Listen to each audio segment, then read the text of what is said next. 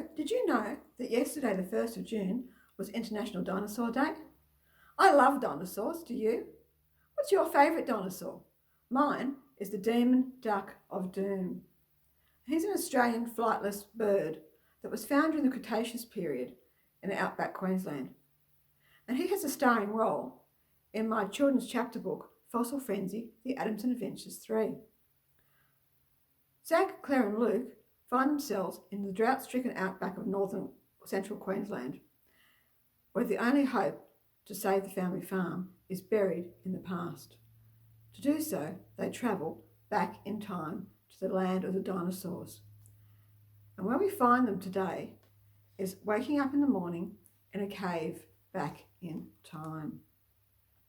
Morning came around much quicker than I expected.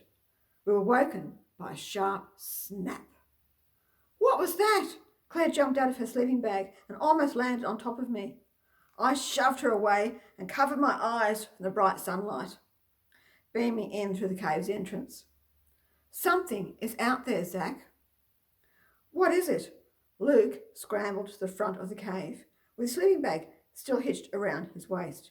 He leaned out and peered over the rocks. A pained, wailing sound came from beneath us. Feathers flapped and scraped against the rocks. A pecking banged and scratched at the ground. Grommet barked and growled. His tail wagged with his hair on his back stood on end. I grabbed him by the collar just in time before he took off out of the cave. You've got to come and see this. Luke waved Claire and me over.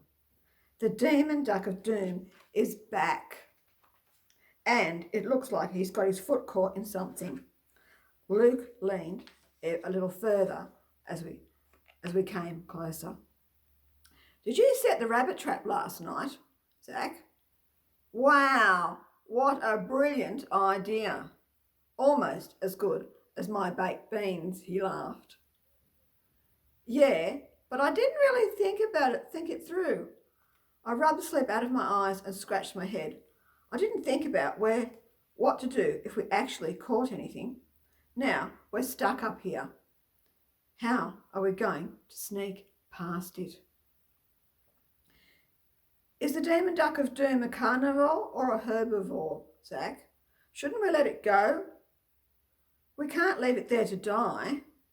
The poor thing. Claire frowned, and she even wiped a small tear from her eye, although I'm sure she was trying to hide it. The problem is, scientists were never too sure if it ate meat or not. By the size of that sharp beak, I nodded towards the demon duck. It is highly plausible that it did. Even I was starting to feel sorry for it. The demon duck of doom had worked itself up into a frenzy. The more it struggled, the more hurt it sounded, but it didn't stop. Where's Spike? Luke asked. He's not in the hole he dug last night. I can't see him. If Luke leaned out any further, he would topple right over the side of the cave's entrance and tumble to the ground below, right in front of the demon duck of doom. We have to do something, Claire insisted. I can't stand here and watch it suffer. She unstrapped her jumper pouch from around her waist and handed the joey to Luke. Here, you mind her for me, please. Luke nodded and took the pouch. He stepped out of his sleeping bag and tied the joey securely to himself. Claire slowly climbed down the rocks towards the demon duck of doom. Each step she took, she stopped and spoke to the creature. I was surprised how calm she sounded. She spoke just like she did to the joey when we found her, or with one of Uncle Tom's horses. You're okay. I won't hurt you. Let me help, Claire repeated as she crept forward.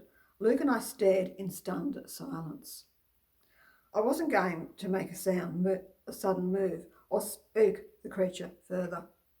Claire was getting too close. She reached out her hand, palm up, to allow it to sniff her, just like a horse would. I held my breath. Claire was taking a huge risk. The demon duck of doom stopped struggling.